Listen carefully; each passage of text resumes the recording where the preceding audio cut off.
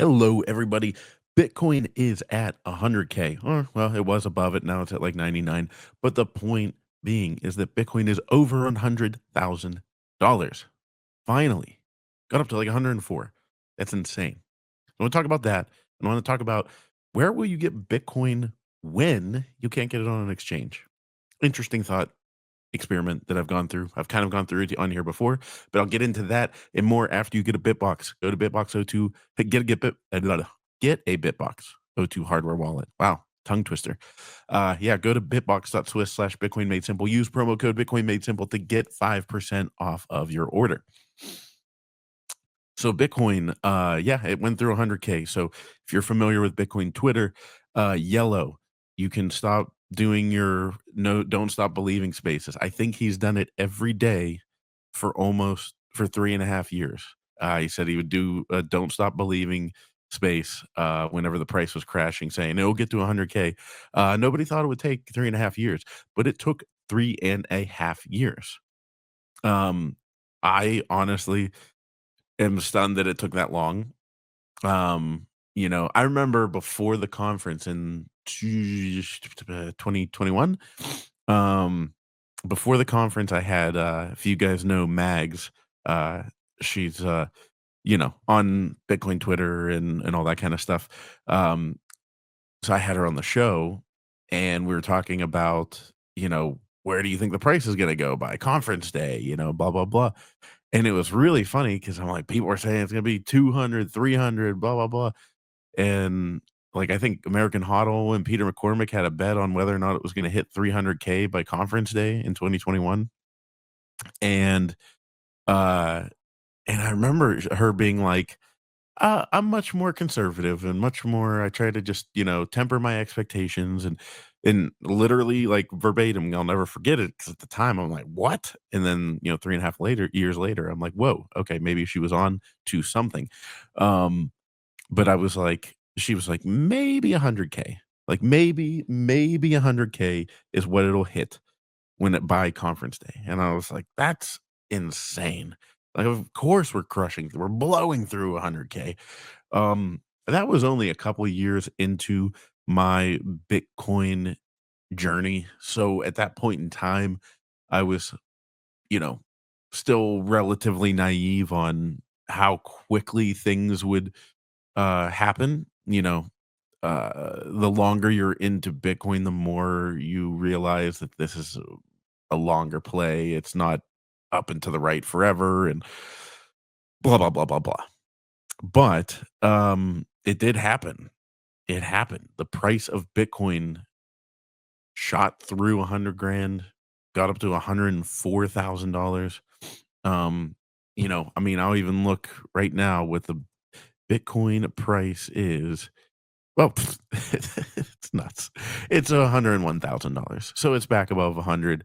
Hope you collected your five-figure sats because, you probably won't be able to in the future. Um, but it's crazy. The the on the exchanges, I was looking at the price, like, it dropped, like, $6,500 in, like, 10 minutes or something like that? 20 minutes? That's insane. It's not just insane for Bitcoin, but, like, it's insane for anything, but if you like, you that might not seem like a lot if you've been paying attention for, like, the last I mean, even if you've been around whenever like, if you've been around for more than a couple months and saw Bitcoin at, like, 50K, that seems like a lot. But, like, when you saw Bitcoin at, like, a dollar, if you when you saw Bitcoin at $100, uh there was a point when Bitcoin was struggling to break through $6,500 period. Like, the price was like, "Oh my god, it's gonna go through 6,500." And w it drops $6,500 in a matter of 20 minutes? That's nuts. There was I think a $14,000 range yesterday on the price. Um, I there was a wick all the way down, it nipped 91,000. I mean, it was so quick that I didn't even see it. Just a business partner texted, or one group text and said like, "Did you see Bitcoin hit 91K?" And I'm like, "What?" Like, "Sweet, go smash by some sats." And then I checked the price and it was at like 98. I'm like, "Huh." And like then I looked like, "Oh, it literally wicked down. Somebody probably got liquidated or whatever." That's why you don't trade. You just hold Bitcoin, you buy it, you hold it, you put it on your BitBox02 hardware wallet, and you call it a day. That's the easiest way to take care of everything. Take care of your sats, take care of yourself, take care of your family. But I my thought was, I wanted to talk a little bit about the price, which I've done. Also want to talk about what will happen in the future. Just a speculation on my part. This is just a speculation. This is not prognostication. I'm just coming up with theories. Um, but I do understand that the the exchanges, which by the way, I mean, if you that's the only way you get Bitcoin that way, understand. Buy it, but move it to a cold storage as quick as possible because even if they seem like the most trustworthy exchange in the world, it's about not trusting but verifying. So verify your keys and put them on your own wallet, your own signing device, which will be a Bitbox. But do that. Um, but the exchanges are short on Bitcoin. They are trying to add more to their stockpile. Makes me think that the supply is low. And we all know what happens with supply and demand. So it made me think though, I mean, people are looking at that like, oh my God, is price gonna go crazy? What I'm thinking is what happens in the future when there aren't enough coins to buy them on the exchange? So let's just walk through this. Let's just say, for example, all of a sudden, all the exchanges are incapable of getting, the amount of Bitcoin that they need. This isn't the case, but let's just say, for uh simple math, they need 1,000 Bitcoin on their balance sheet. They need more than that, but let's just simple math. They need 1,000 Bitcoin in their holdings to be able to handle all the trading and volume.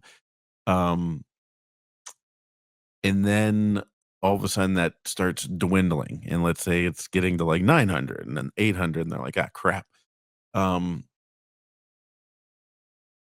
what are they going to do to get more Bitcoin? Let's just say the price of Bitcoin's at 100,000 at that point, and they're going to turn around and find some OG Bitcoin investors, some people that they go to tap for some Bitcoin, and they're going to go, okay, I know Bitcoin's $100,000. We will give you some premium on top in order to purchase Bitcoin from you because we need it. So that moves the market. And then that also means that there's less to buy, which means the price will probably be running away. Um, but my point is, I don't know. I It's not a definite. Nothing's a definite. But there's not a non-zero chance that that exchanges will be a thing of the past eventually.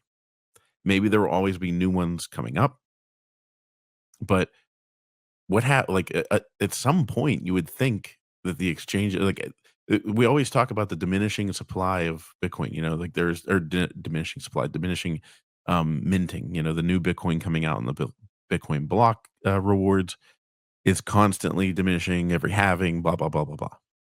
But at what point is there going to be less Bitcoin on exchanges? Um, Also, does that change the way that it's getting traded? Because, do you just have to like shift your focus of units to sats? And like, right now, you everybody thinks everybody thinks in the mindset of like, oh, I buy, you know, I bought a tenth of a Bitcoin, on the exchange. And so I have point 0.1 Bitcoin. Um, at what point does the decimal point get moved? Let's just say it gets, you know, moved 1, and they call a tenth of a Bitcoin, like uh, a deca BCT, I don't know, whatever, the decimal BCT, whatever it is, DBTC. And that's the thing that, like, exchanges can trade because they only have that much to be able to trade that volume. And the price will have been so high that that's all people can do. Again, I'm just throwing ideas out there. I'm just thinking ahead. Um, Eventually, though, what there might be a day that no exchanges have Bitcoin. They don't have liquidity to sell, which makes the price of Bitcoin go through the roof, obviously. But what I'm concerned with, not the price of Bitcoin, I'm concerned with where do you get your Bitcoin when that day happens? When that day comes, where do you get your Bitcoin? Mining. I'm thinking in this world, this is how I'm preparing myself in this world going forward is that mining Bitcoin is the only safe way to get it. It's the only way. I just assume that now. I take for granted that there are exchanges and places that allow you to buy it, but that day might come. That might be the only way you can get it, whether you live somewhere where the government bans it, whatever. The only way you might be able to get Bitcoin is by mining it.